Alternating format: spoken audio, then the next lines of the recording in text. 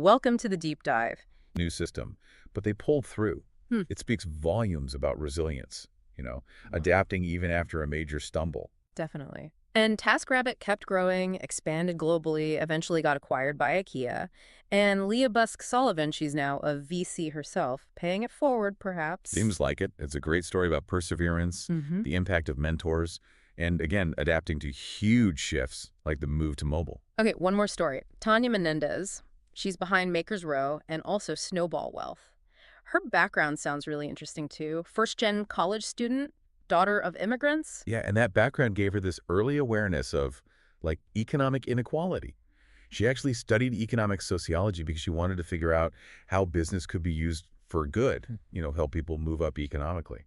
So that drive was there early on. Her first real jump into entrepreneurship came when she joined a friend's company, right? A leather goods business. That's right, Brooklyn Bakery. Mm. And almost immediately, she ran into a problem, a very practical one. They couldn't easily find factories in the U.S. to actually make their products. Ah, so another case of personal experience hitting a roadblock. And that roadblock became, The idea for Maker's Row, basically an online platform to connect American factories with designers and businesses like theirs who wanted to manufacture domestically, solving her own problem, essentially. makes perfect sense. So she co-founded that, was the COO, got really immersed in the whole tech startup world.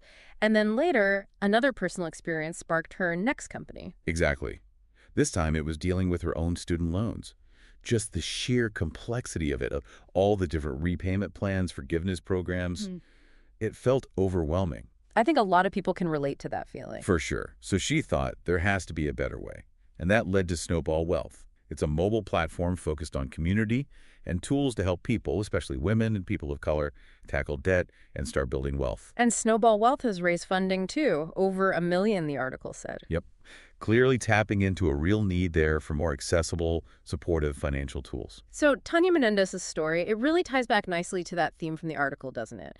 Using your own life, your own frustrations to spot opportunities. Absolutely. It's probably the clearest example of the three, maybe. Both Maker's Row and Snowball Wealth came directly from problems she personally faced and wanted to solve. Okay, so let's zoom out a bit. We've got Squire, TaskRabbit, Maker's Row, Snowball Wealth.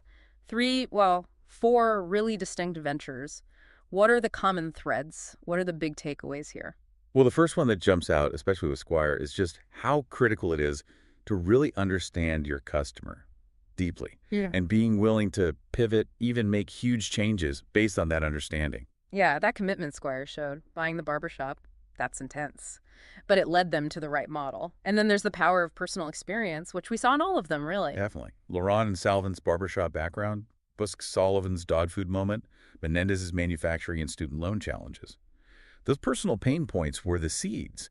They weren't just identifying abstract market gaps, they were solving problems they understood intimately. And adaptability comes up again and again, being willing to take risks. Squire's pivot was a risk. TaskRabbit launching in London, then having to fix the U.S. rollout that took serious adaptation. For sure. And maybe link to that, the importance of your network. Mentors, advisors. We saw that clearly with TaskRabbit, Scott Griffith early on, then Tim Ferriss and others from the incubator. That guidance can be invaluable. So, understanding customers, leveraging personal pain points, being adaptable and willing to take risks, building a strong network. These seem like pretty consistent themes. Yeah, I think those are the big ones that emerge. It's not like there's one single magic formula, obviously, but these factors, they seem to show up repeatedly in these success stories. The article itself wraps up by saying how valuable learning from these kinds of real-world examples is for anyone in the entrepreneurial space. Whether you're just dreaming or actively building, it even mentions some HBS online courses like launching tech ventures for people who want to dive deeper. Right, because these aren't just, feel-good stories. They're practical-based studies. They show the process. Identifying a need, testing solutions, hitting roadblocks, learning, pivoting, navigating all that messy reality of building something new. Okay, so summing it all up. That intense customer focus, like Squire's pivot, finding ideas in your own life, like TaskRabbit and Menendez, having the guts to adapt and take risks, and building that support system.